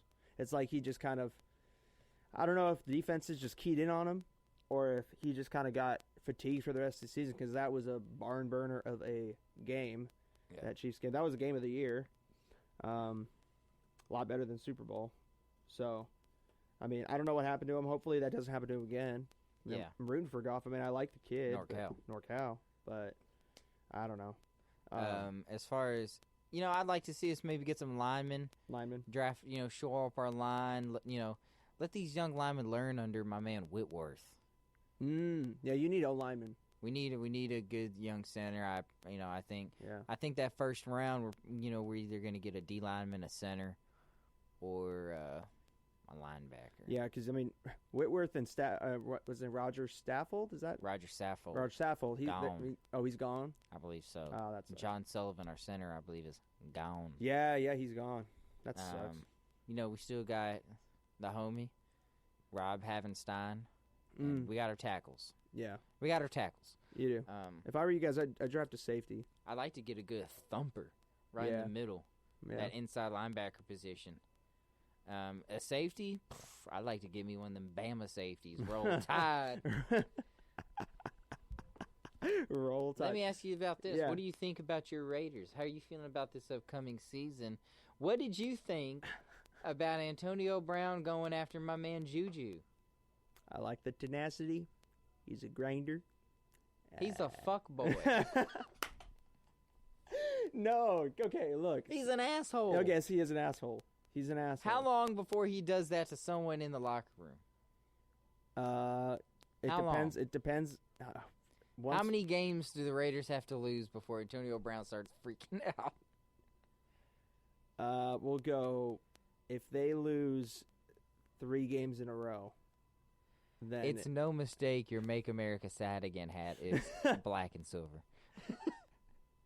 Well, look, I personally loved the trade for Antonio Brown. I thought it made a lot of sense. Look, you got to gamble when you're going to the Silver State. You got to gamble. They should be called the Silver State Raiders. I've said this multiple times. He has said this multiple times. The Silver State Raiders sounds cool. The Vegas Raiders sounds fucking lame. It's true. I like the Silver State Raiders better because, I mean, they're the black and silver nation. Makes sense. So it makes a lot of sense. Makes sense. Now, I say I'm surprised that you're able to maintain your loyalty. I am too. That they're, they're leaving you. I'm very surprised. They're no longer NorCal. No, they're not. They're fucking Las Vegas. South Nevada. That doesn't roll off the tongue. Vada? That doesn't roll off the tongue. Like, what? It snows there. Sometimes, yeah. But I don't know. Honestly, I looked for a time, and Quinn knows this. For a time, I was really debating on leaving Raider Nation. I was just like, I can't do this shit anymore. Join the Rams. Join the mountain. Brother. Yeah, okay. Get on top of Billy Goat Mountain with your boy. Oh my God. Get up here with your boy. I was looking down on the rest of the NFC. Dorks. Yeah, Me and Jared Goff. Until Carson Wentz comes back. Fuck Carson Wentz, man. Fucking neck beard. That red neck beard. Looking like he comes from Galt. Shout out Spencer. Shout out to the Galt boy. The Galt boy himself. Yep. T-God. No, not T-God. But TB12. Yeah. There you go. But I don't know, man. I think the Raiders, I like their signings. Tyrell Williams. I love that signing. That is a good signing. I like it even more that it soured Anthony's grapes. Yes. Anthony, he is our resident Chargers fan here at our store. Also known as Antonio. Also known as Antonio. Also known as Tony. Also known as Santiago. Also known as, what's another name he goes by? The Sergeant. Call him the Sergeant. Was he a sergeant? Yeah, he was a sergeant. He was a badass. And he'll be on the pod at some point. He was a badass. He is a badass. Still is a badass. Yeah, I'd say so.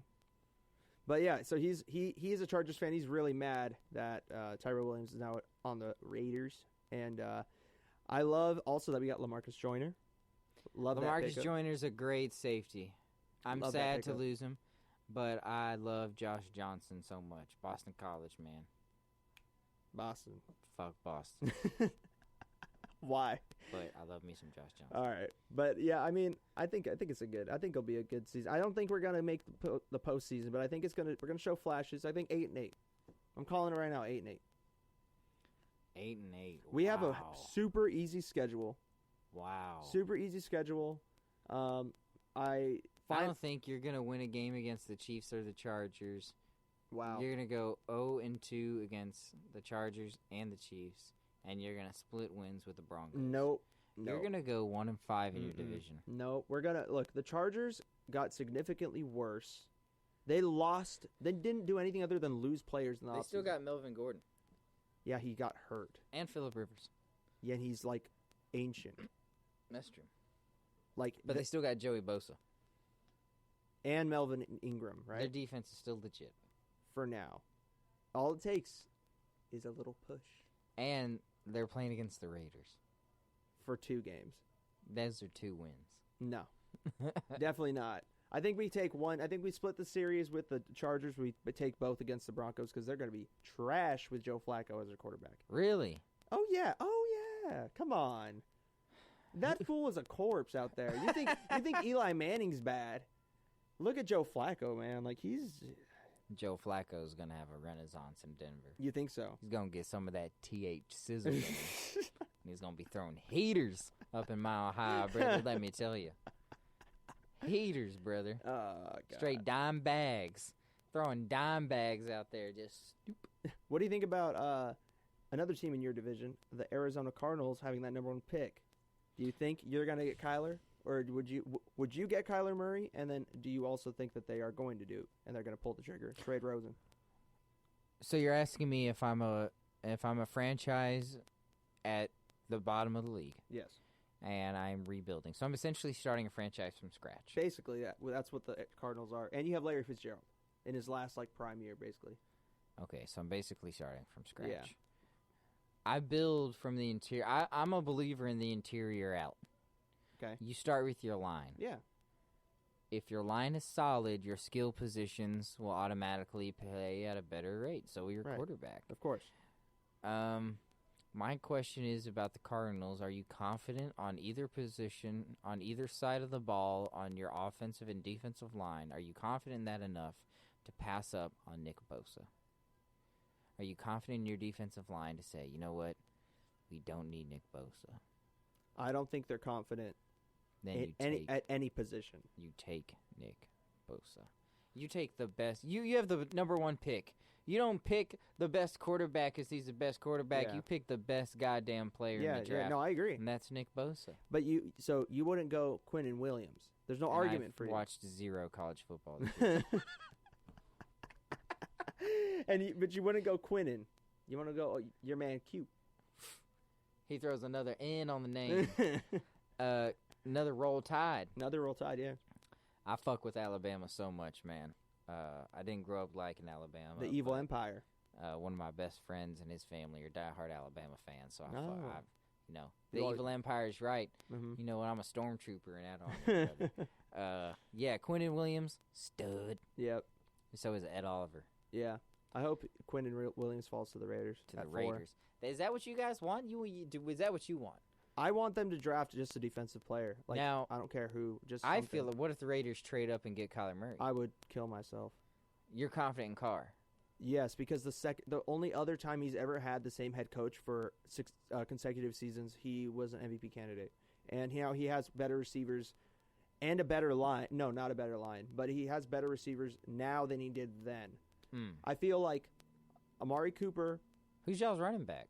Marshawn ain't back right is he? now. Isaiah Crowell, but we're most likely going to draft. Hopefully, we'll draft the running back from Alabama. I forgot his name. I think Josh Jacobs. Maybe. I think that's his name. I don't Josh know. Jacobs. To be honest with you, I think that's his name. But the running back from Alabama, I'm hoping we get him with one of our picks in the first round. But if we don't, Isaiah Crowell is a starter. He did well with the Browns when they were abysmal 2 or 3 years ago. Did decent with the Jets. So, I mean, maybe he'll do pretty good. He's a good pass catcher. But I do like our receivers, and I feel like Carr is going to have a field day. If he throws beyond, if his yards per attempt, passing yards per attempt is over 10, he averages over 10, we'll be fine. And we'll be in the running for the playoffs.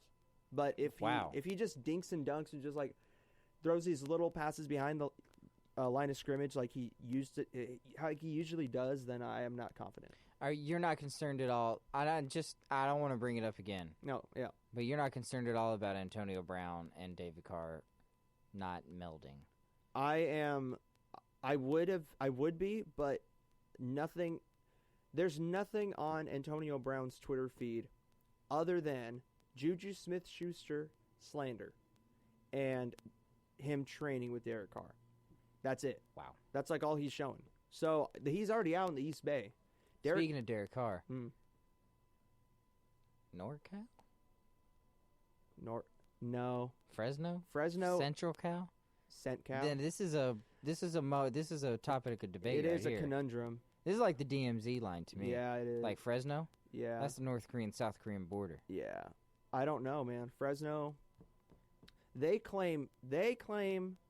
What do they claim? I've never been to Fresno. Wait. I've been to Fresno. Have I been to Fresno? You probably Did I have. go to Fresno like 2 weeks ago? What? Why were you in Fresno? My grandfather was in a car accident. Oh, shit. I think I went to Fresno. Sus. Dude, I hope he's fucking okay. No, man. I remember. No, maybe it was Modesto. Oh, Modesto. It might have been Modesto. Probably is Modesto. Might have been Modesto. Fresno, I think they claim SoCal. Of course they do. Fuck those guys. Yeah, I think they claim SoCal, even though they're closer to Sacramento. I believe they do. Fuck those guys. Man. Yeah. They would want to be associated SoCal. Yeah. I would, if I were them, I'd want to be associated NorCal just because we're closer. It just makes more geographical sense. We're also just cooler. But he's not even from Fresno. I mean, he went to Fresno State, but he's from Bakersfield. So that's SoCal. SoCal, super SoCal. He's SoCal. In fact, probably one of the most haunted places in America, Bakersfield, California. True, very true, very haunted. I'm big into hauntings. Really? Yeah. Oh, we could do a whole pod just about that. But yeah, man, I'm excited for this next football season.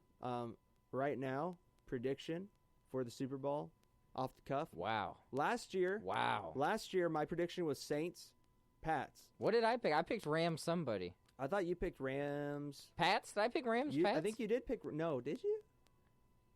It was Rams somebody. I always pick the Rams every year. Yeah, you always pick the Rams, but I don't know if it was Dude, Pats. it might have been the Pats. Or was it Rams Chargers? It was Rams Chargers. I did. Yeah, you did. Yeah, I picked an all LA Super Bowl. Yeah, all LA Super Bowl, yeah. I thought it was going to be Rams Jags for a second, but no. I thought the Jaguars let us down hard this year, didn't they? They did. That was sad, man. Jalen Ramsey got exposed. Yeah, he did. It was rough. Rough out here for your boy, but now you got Fowler, so I guess you guys are happy. Yeah. But my pick now, Pats, they're going to go back. Which is really without Gronk. Yep. I do not think that's going to happen. You really? Nah, dude. I think they'll be fine. Gronk, regardless of where the Pats are now, Gronk, you can't replace a guy like that in the locker room, on the sideline. I just believe that the infrastructure that is in place, that Belichick has put in place, is strong enough to withstand losing a presence like Gronk. And I think they can draft not another Gronk, because no one can replace exactly what he can do, but a guy that can produce just as good on the field that he did last year. Because Gronk was hurt some of the time last year, and he didn't produce that much, and this still went all the way. Yeah. So I think they can draft a tight end. There's some stud tight ends coming out in this draft. Yeah. That's knowing the Pats, one of them. I can see them going tight end. Noah Fant. Yeah, they're probably going to get him. I want the Raiders to get him, too. We don't have a tight end right now, but you lost Jared Cook. We did lose Jared Cook to New Orleans, and now Breeze is going to be throwing beaters to him. I don't think so. I think Drew Brees is on the decline. Really? Yeah, I think he's going to be good next year still. He threw some ducks against the Rams in the NFC Championship. Well, it's just because your guys' defense is stacked. That's right. Set myself up for compliments. Y'all still set my boys up for compliments. Y'all still should have still lost that game though. No. You even admitted to me on the phone call after the game. Respect the call. Respect the call. That being said, that call against the Rams in the Super Bowl. Fuck that ref. What call was that? It took away that. It was like a pass interference on the 1 yard line. Oh yeah. No, that was the right call. Respect the call. No. Respect the Fuck call. that guy. No. Respect the call. If I know the Patriots, they probably paid him off. If I know the Patriots. God damn. But yeah, I'm probably picking Pats, and there's not really any sleeper teams coming out of the. Okay, you know what? You're gonna hate me. You're going to absolutely despise me right now, but I don't care. Go ahead. Because I think that this team actually has a pretty good shot if their defense plays as good as they do. I got a sleeper team in the AFC. In the AFC? Pats, Cowboys, Super Bowl. Go fuck yourself. No one, no person of color wants to see that. Look, I don't want to. The most racist city in America, Boston. That's not true.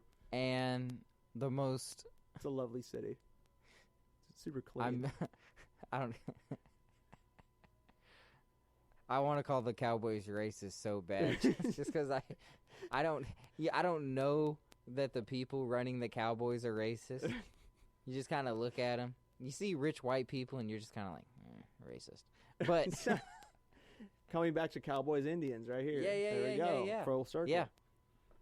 That's funny. See how you're taught in the beginning as a child to think like a rich white man. But then as you get older, you see that rich white men are really the problem. That's I need to have you and Anthony on one for sure.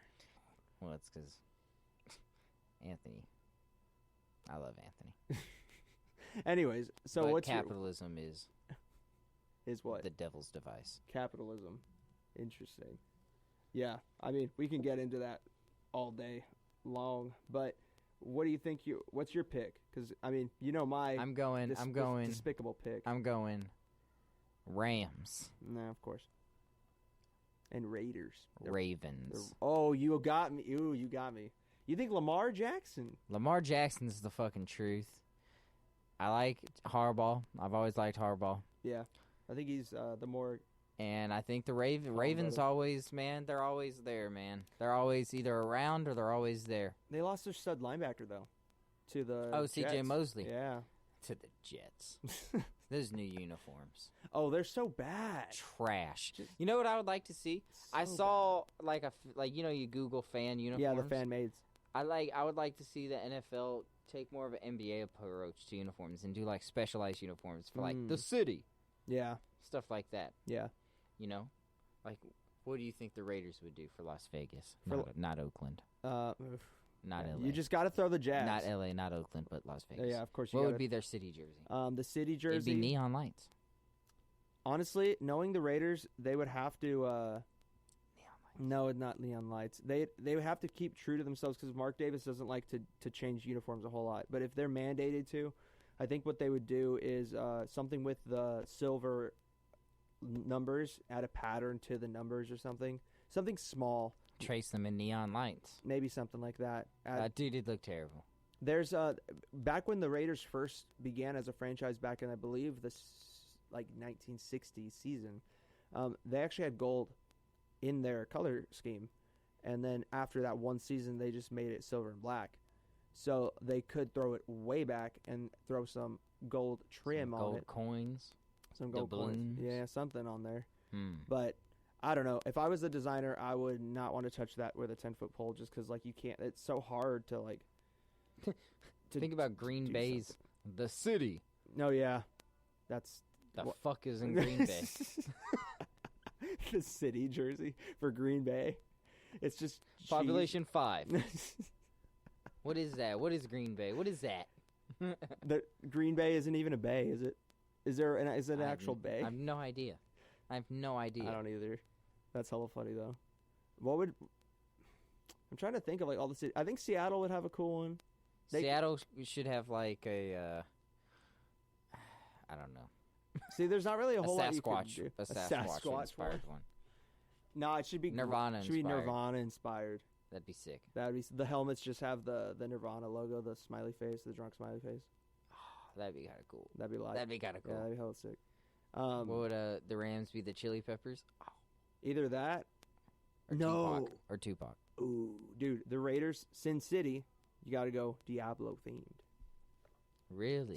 Dude, you're in Sin City, you got to have something. The Sin City Raiders. Sin City Raiders sounds way fucking better. It does sound better than the Las Vegas Raiders. Yeah. Sin City Raiders. Hey, what is the AAAF? I seen the Rams signed a quarterback from there. Yeah, they signed him because Is it like JUCO League? it's basically like last chance, the last chance league. It was because it's over now.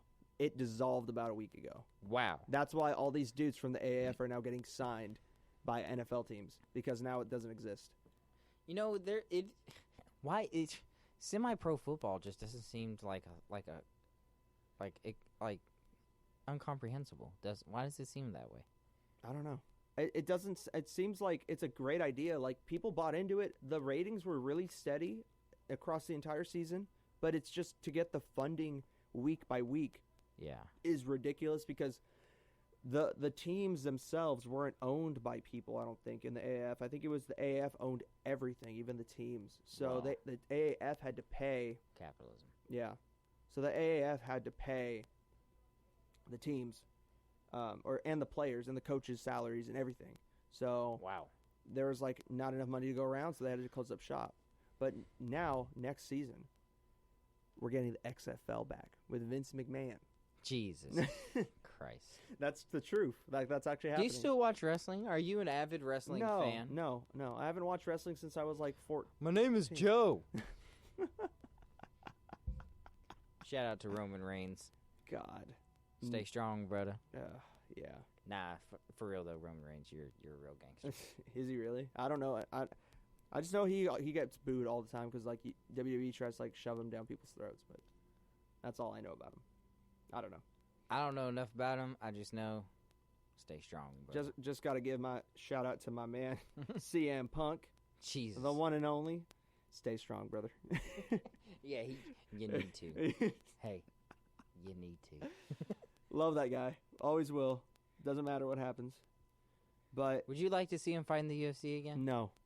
Would you like to see him fight MMA again? No. No, I Would wouldn't. you like to see him wrestle again? Yes. Yes, and I think it will happen eventually. Maybe not in the WWE. It might be in like Mexico or something, but I think it'll happen.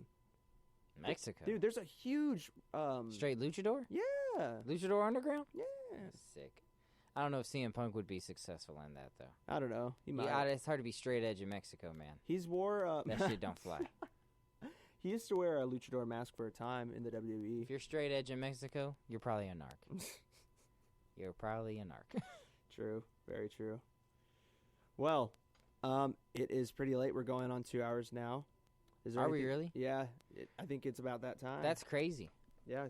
I got to be honest. When we first started this, I was really thinking, while I was speaking, I probably sound fucking terrible. Nah, you sound good. You sound good. I was really nervous about this. Well, I'm glad that you're nervous because you got the jitters out. Next time you're on, whenever that will be, you're going to be the seasoned Quinn Kalani. A seasoned pro. The seasoned a pro, veteran. Quinn Kalani. It's been fun. And the next episode of the Closers podcast will happen at some point, probably in a couple weeks or so. I have spring break next week, so maybe one will get thrown on after the premiere of Game of Thrones. Quinn might be back. Might get some other guests from the Stowe, too, to be on. But until then, it is ya boy, Mark Alvarado, signing off, and special guest, Quinn, the Q. Adios. One love. I just want to say to all you beautiful people out there, stay cool. I'll see you next time. Take care.